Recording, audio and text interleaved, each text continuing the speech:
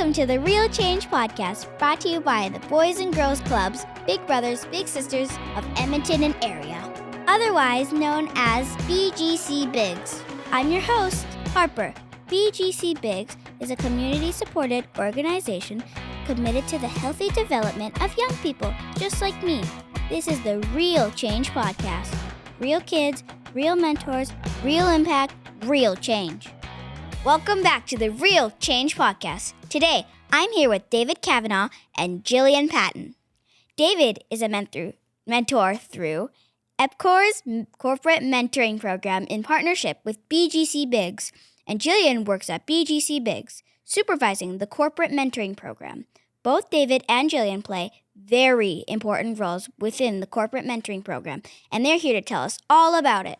Gillian, why don't you start us off by telling us what BGCBigs Corporate Mentoring Program is and how it works? Ooh, that's a great question. So corporate mentoring is a school-based mentoring program where a particular class from a school gets to ride a school bus to a place of work like EPCOR, and they spend 1 hour there with the mentors from that organization. So mentors just like Dave take an hour, maybe their lunch break or an hour out of their workday, and they spend it one-on-one with a fantastic kiddo who wants to come and play and make friends.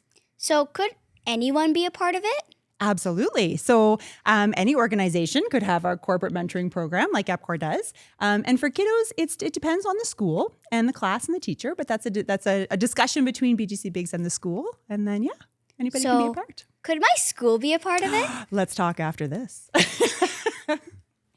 So if I understand, this means that David gets to hang out with and have fun with a kid like me during work hours? Is that right, David? That's exactly right. So it might sound like work, but it's really not work, and it's definitely the best part of our work week. So we usually meet once a week over the lunchtime, and it's definitely the best lunchtime we ever get at EPCOR. So there's no doubt about that. So you enjoy it a lot? I love it. It's so much fun. The kids come, they've got huge smiling faces. Doesn't matter how your day's going, you could be busy. You could have all these things going on, but everything stops. And then you're playing, you're reading a book, you're doing what have you, and it's just fantastic. So what does a lunch hour look like with you and your mentee? How do you spend your time together? So short answer is it depends. Sometimes BGCBigs has got some activities organized for us. We might play some games, we might read some books, we might do some math homework, and even that's fun. But really we kind of pivot off whatever the mentee wants to do. So we meet with our little, like we call them, and we have them up, and we have a whole host of activities, and we basically spend that hour the way we want. We usually got some snacks for them to eat, and we hang out, and it's pretty open that way. It's loads of fun. It sounds amazing. It would be amazing to do that. Just like go off work and play with a friend and go back to work. Well, that's not the fun part, but David, if you had to describe your mentoring style using only emojis, which one would you choose? Oh, boy. Only emojis. You know that emoji where it's like the face is like kicked back and laughing and then there's like tears flowing? Yeah. Yeah. If I had to only pick one, it's probably the one I'd pick. I mean, it sort of depends what kind of activity we're doing and what kind of game we're playing. But we like to have some fun. We like to bring the laughs. So that'd be the one I'd pick. Are you looking for more than one? That's the one I would have picked for him too. Yeah. Yeah. The story checks out. What would you pick for her? Oh, geez. Well, you know what? I've never seen Gillian in mentoring action. Gillian is usually just making sure that everything stays on the straight and narrow and keeping everybody organized, which is like proven to probably be a pretty full-time job with some of us fun-loving EPCOR folks. But if I had to pick one, oh, geez. I don't know if I really want to reuse the one that I just used, but maybe I will because it probably suits. Yeah, Gillian knows how to bring the fun. So yeah. You'll use half, you'll use the other half. There you go. Like it, right? We share it. It works. Yeah, that's awesome. If your mentee was here, do you think they would agree with the one you chose? I think so. Yeah, I second that. Yeah. At least, yeah. Definitely. Because every time, the way we do it is we've got sort of like this atrium mezzanine area. So the kids come up the stairs and we're all kind of hanging around up there. We've got our activities and we're waiting on them. And the enormous smile that basically goes from ear to ear makes me think that they would agree with the laughing emoji for sure. I want to play a game. Oh. David and Gillian, each of you come up with a common corporate phrase, and I'll translate it into kin slang. Who wants to go first? I could go first. All right. Common corporate phrase. All right. So one that we like to repeat around the office is that communities count on us and we count on each other. And it's a big thing at EPCOR. So I'd love to see how you interpret that. Everyone is our friend, and you guys are my best friends, so I'll treat you exactly how I treat everybody else. Nailed it. That's awesome. That was a good one. Absolutely. Nice work, too. Oh, it was really good. What about you? Is that me? Oh, no, I'm up. Okay. Okay, well, I have a kind of a silly one because I was in lots of meetings before I came here. And so I was trying to listen to different things people were saying at meetings. And then I just like grabbed a little phrase. So something I hear a lot in meetings is we talk about low-hanging fruit. Low-hanging fruit. Low-hanging fruit. Low-hanging fruit. What do you think that might mean? If we were in a meeting and we were talking business and data and programs, what do you think we might say? And we're like, oh, yeah, you know what? That's low-hanging fruit. That's really cool, or that's really boring. Ooh, okay. I like it. I like that's a good interpretation. That might apply. It could in some situations. Yeah, actually. yeah. I don't want to do this anymore. It's really boring. Do you know what? When we use it, what we usually mean, it's like an easy win where we're like, this is something where we can make an impact and make a change with just a little bit of effort. We could get this really easy. Like if you think about picking apples off a tree, right? The ones at the bottom are the easiest. The ones up top, you got to get a ladder, maybe you have special boots or something, a hard hat maybe. Like, up high fruits would be a challenge, I guess. And you got then it, girl. That's hanging it. fruit would be like, oh, this is so simple. Totally. Yes, absolutely. Are you familiar with quick wins? Ooh, that's Kind of like too. that. Yeah. Gaming. Kind of like Yeah, that. yeah. Yeah. Yeah. Okay. There you go. Jillian, as a part of your job, you get to see all kinds of mentors and mentees hang out together. What do you think the secret to a great mentoring relationship is? Oh, that's such a good question. You know what? I think the answer is so much more simple than people expect it's going to be. Because truthfully, I think it's just wanting to be a mentor, right? Anybody can be a mentor. And I see mentors from all different walks of life, different personalities, different ages, different situations in life, all kinds of different things. And truthfully, just wanting to be somebody, you know, I'm looking at Dave, I'm thinking like somebody who has the big smiling face emoji when their kiddo arrives and is excited and eager to spend time with them and wants to hear what they have to say about stuff, right? That I think is what it takes. Personally, I thought it was actually quite a bit harder. Did you? And Okay, now what just did you like think? you saying that all you have to do is really want to be a mentor, and then you could pretty much become it. Could I become a mentor? When you're over 16, you bet. I'll keep your name and number, right? We will look in you mind. I'll up. keep I would that love in to have you mind. come be a mentor. You bet. Yeah. You're recruited. Can you both tell me what your favorite thing about the corporate mentoring program is? Jillian, Oh, I get you to go first again. Okay. Oh, I have so many things to pick from because corporate mentoring is actually my absolute favorite program that we do. But I think if I had to pick one, it would be that the kids get to actually go to the place of work where their mentors are. So when I think about the programs that I've had the opportunity to supervise and in the past facilitate myself, it was the excitement that the kiddos would have, not just to see their mentor, because that was definitely the biggest part of it, but the bus ride there and then being in a place of work and getting to wear a lanyard when you go through security and getting to see sort of what was happening in the background as they were there and proudly walking up those stairs. And we made paper airplanes one time and threw them off of that loft into a crowd of, workers having lunch. That was a bonus. Kids were into that. But I think it's a really neat experience for kids sometimes because you talk about jobs, but you might not really know what that looks like, right? Grown-ups say, oh, I'm going to work, but So cool to you see it. earlier mentioned that anyone could become a mentor. Mhm. So could a doctor become a mentor? Absolutely. I We have would lots of love doctors to go to who a are doctor's mentors. office during lunch. Oh, you mean like, Yes. well, that could, we could maybe make that work. I think it's a super cool idea. But if a doctor was doing surgery No, or something, like, it might be awkward no, to have their no. mentee come and show up. As could be That'd multitasking. be too scary. That could be very would be scary, too especially for scary. the patient. I would be afraid, right? Yeah, fair. But EPCOR or place of business, right? Like offices, that works. Yeah. What about you? Okay. So my favorite part of the corporate mentoring program. Okay, I'll split it into two parts. So overall, it's the energy that the kids bring. So when they pull up in the bus, you know they're there before you even see them, because you just feel the energy in the building, right? So, like the EPCOR service centers, they're busy places. There's lots going on. There's workers coming in and out. But there's something about the energy that the kids bring that's different than the energy that's always in the building. And it just kind of puts a smile on everybody's face. And you could even see the employees that are like I say, dodging the paper airplanes and things like that, or they're in the atrium or they're in the common spaces. And you can even see that they've got big smiles on their faces because there's just so much laughter and so much positive energy coming through the doors. It's fantastic. So that's like the big picture answer. The favorite things that we've done, the airplanes rank high up there. So like I say, we've got like this balcony and we've got these plotters that make, really big sheets of paper. So you can make some real incredible airplanes. So we had the opportunity to do that, and that's always great.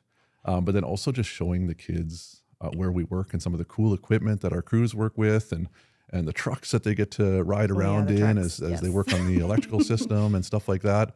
When you're around it every day, it gets pretty neat stuff, but you sort of get used to it. And then showing the kids though, and how pumped they are and how excited they are and how curious they are. That's always a highlight for me. Yeah. That's a pretty good answer you both give me. Thank you. You brought a lot of energy yourself. Yeah. And we did something similar at school with a bunch of paper airplanes. We just launched them around the school, in the office, a room like that. Oh, that's It cool. was super duper fun. It never gets old. That's right. Doesn't matter how old you get. You No. still love throwing Very paper true. airplanes. Yeah. I heard you play a lot of Battleship with your mentee. Do you have Yes. any tricks you use to try and win? Well, Good question. I can use tips on this too, actually. I'm Yeah. curious what your answer is going to be. yeah, my mentee right now loves Battleship, and we play it a lot, and they're very good. We played it at school today. Do you? Yeah. Did you win? No. Okay. So I was hoping maybe you can give me some tricks, because I don't win all that much. I'm not certain if I'm distracted for a minute looking around, they don't maybe peek and like try to get the coordinates of my battleships. Right. But I haven't got any great secrets on how to win because I end up losing a lot. But I still have fun. I always come back for more. Yeah. Does your mentee have any ways of accidentally telling you or giving you hints on where his ships are? No, they're very happy winning all the time, and they don't seem to want to help me out at all. They're very happy. They're very happy to be the battleship champion, and fair enough. Hey, they got it figured out. I don't yet, so we'll keep working on it. Yeah. I have a question relating to Battleship again. Okay. If your Battleship games had to have a dramatic movie soundtrack, which song would describe the intensity of your matches? Would it be something like that old Rocky theme song, or just something suspenseful like the scary Jaws theme? Okay. Good question. This one's going to be. I got to think about it for a moment here. I think I'm going to go with kind of a little bit more of an obscure reference. Do you remember in the middle of the 1990s, the Chicago Bulls were like a phenomenal basketball team? You may not. I do. I definitely remember. I also important remember. than I Because I watched them a lot, and I was a huge Jordan fan. Anyways, they had like the Chicago Bulls mid-90s entrance music, which I'm not going to imitate right now. You'll have to look it up. I can't do it justice. But anyways, it really brings a lot of energy. And my mentee likes to really pump up his next shot and move in Battleship. And that's how I know I'm probably going to be sunk. And he kind of brings that, sort of energy to a crescendo, and then he'll sink something vital to me.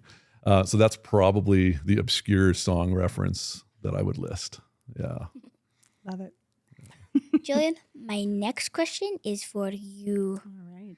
What are 3 things that corporate mentors tell you that they get out of this program? Oh my goodness. 3 things. I can think of 3,000. Okay, let me pick my top 3. I think Dave might have already said it, but the number one thing that I hear is that it becomes the highlight of their week. It's something they look forward to. So if their program's on Wednesdays, then Wednesdays becomes the best day of the week. And lunch hour becomes the best time of the day for sure. I think something else that I hear very consistently from mentors is that it's so much easier than they thought it was going to be, or maybe that they're so much better at it than they were afraid they might be. You know, that they were worried that maybe they didn't have the right skills or they weren't going to know what to say.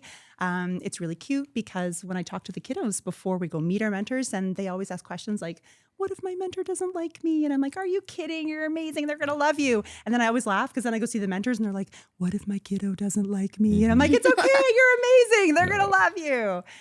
So I think those are probably my top three. Yes. I think we're all a little bit nervous out of the gate. Fair. But Gillian's spot on. It's not as hard as you think. It's about as hard as hanging out. You know, it's not that tough. But until you meet the mentee and you get to know each other, you're definitely nervous. But that's okay. You overcome it very, very quickly. So I mentioned the mentors. Mm-hmm. What do mentees say? What do they say? Oh my goodness. Okay. So some of the feedback we get from our mentees are things like, my mentor is my best friend. My mentor makes me feel important. It's so nice to have a grown-up who has some time and space to listen to my ideas, to tell me that my ideas are good. And it doesn't mean that there's not other people in their life who are also saying that for them. But I think, life can be busy and grown-ups get busy. And sometimes we forget that kids have these like fantastic ideas and thoughts and feelings. And it's so great to have this intentional hour where they're kind of the superstars. Like, you're the superstar of this podcast. The mentee is the superstar of the relationship. So when Dave's mentee shows up, then Dave gets to say things like, hey, dude, how was your week? Or what do you want to talk about today? Or tell me how you're feeling. And they get to kind of be the superstar, right? The center of attention for that. So lots of feedback around that. Yeah. And always said they're going to miss them. We just had the last meet for Dave's EPCOR Corporate Mentoring Program. And so then the bus ride there was so much excitement. And it was that noise and energy that, the kids are in the building. And then driving back, the bus is very quiet. Lots of reflection, little kiddos saying things, I'm going to miss them. Can I see them again? Are we going back to EPCOR? So, and it was like that around the office too. I bet it was. There's some long faces. We're all a little sad. It's come to an end, at least for this year. We'll do it again in the fall. Right. But that's right. Yeah, it went by so quickly. Yeah, so that's true. David, one question I like to ask my guests is if your mentee was your superhero sidekick, what do you think their superpower would be? I think it'd be very similar to Spider-Man. My mentee has an awesome amount of energy. I wish I had that level of energy. I can't imagine the things I'd get done in a day if I had that level of energy. And they're incredible. Like they can't shoot webs or they can't do anything like that. But they're all over the place. They can climb, and we did some things around the building like scavenger hunts. And when I talked about like the mid-90s Chicago Bulls earlier, it's because I used to play basketball, and my mentee has taught me that I can't keep up with the youth of the day anymore. But it's so much fun, and definitely has got Spider-Man energy to him, and I love it. Yeah. Do you think you could be able to climb up walls? Do I think? Properly motivated, I'm pretty sure they could.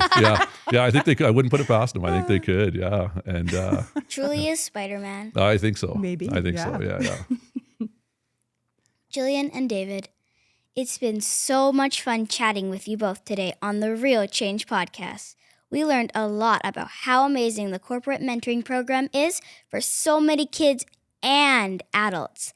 Thank you so much for being here. And remember, you don't have to change the future, just the moment. Become a mentor today. Stay tuned on this channel for the next episode of the Real Change Podcast. Real kids, real mentors, real impact, real change.